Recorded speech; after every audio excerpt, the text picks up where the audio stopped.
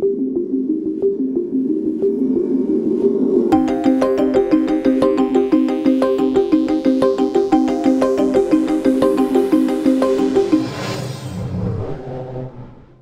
federal budget really is an embodiment of our nation's values and priorities.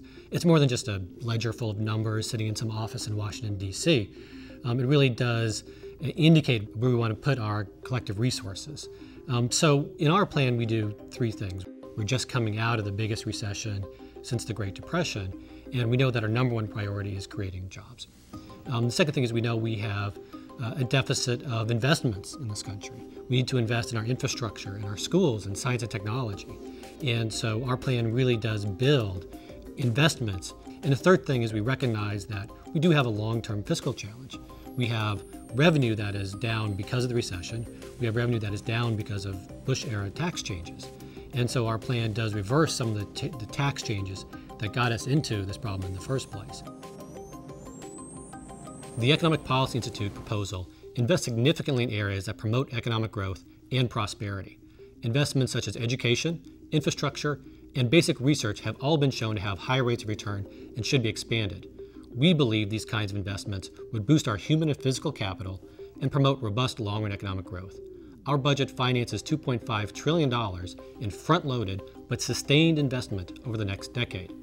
This funding is designed to create badly needed jobs in the short run, while also sustaining longer-term investments in our nation's economic future.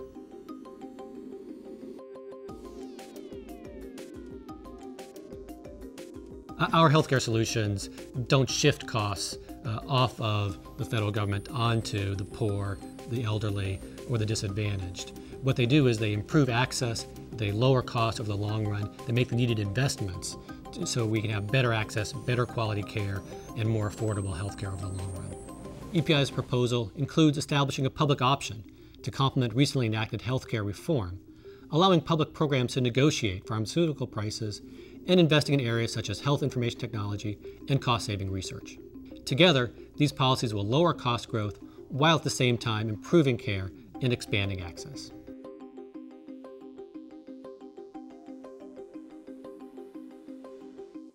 So any serious effort to reduce the deficit should really take into account spending by the Department of Defense.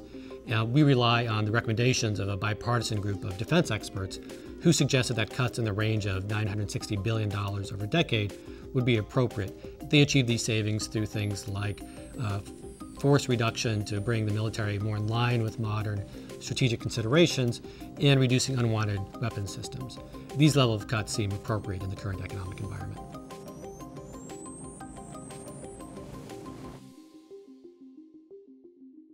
Millions of elderly Americans rely on Social Security for their basic retirement. Our plan recognizes the need to shore up Social Security and does so without endangering the retirement security of current or future retirees.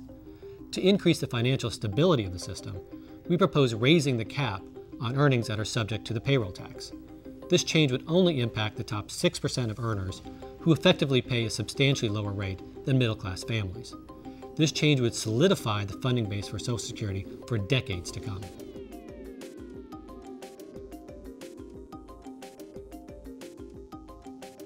Our plan recognizes that revenue must be part of a rational, serious solution to long-term deficit reduction.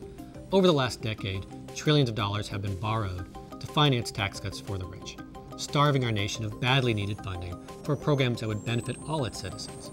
Our country's infrastructure and schools have been underfunded, and we are falling behind globally in our commitment to research and innovation. We cannot continue to run our nation on the cheap. EPI's plan reverses the Bush-era tax cuts for upper-income earners and adds a surcharge for millionaires. We would eliminate the preferential treatment of capital income.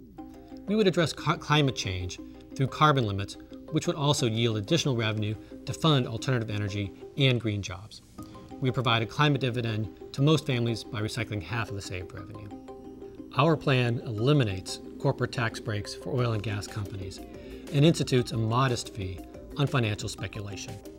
We would limit tax breaks that disproportionately benefit high-income earners and expand key tax incentives for charitable giving and housing to low-income households. We would increase work incentives and lower taxes for low and moderate income workers by expanding the earned income tax credit and by extending the Making Work Pay credit. We support all of this in the context of an overall modernization of the tax code. EPI's plan increases overall revenue while protecting low and moderate income taxpayers.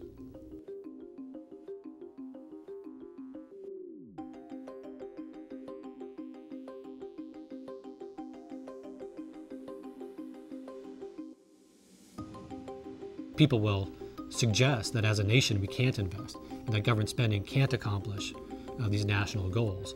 And I think our plan comes from a different place. Our plan recognizes that we as a nation can invest in our economy, in our people, in our infrastructure, and that if we do this, we will have a stronger economy over the long run, and that'll help us solve our long-run deficit problems, not hurt it. Together, we can invest in an economic future that works for all.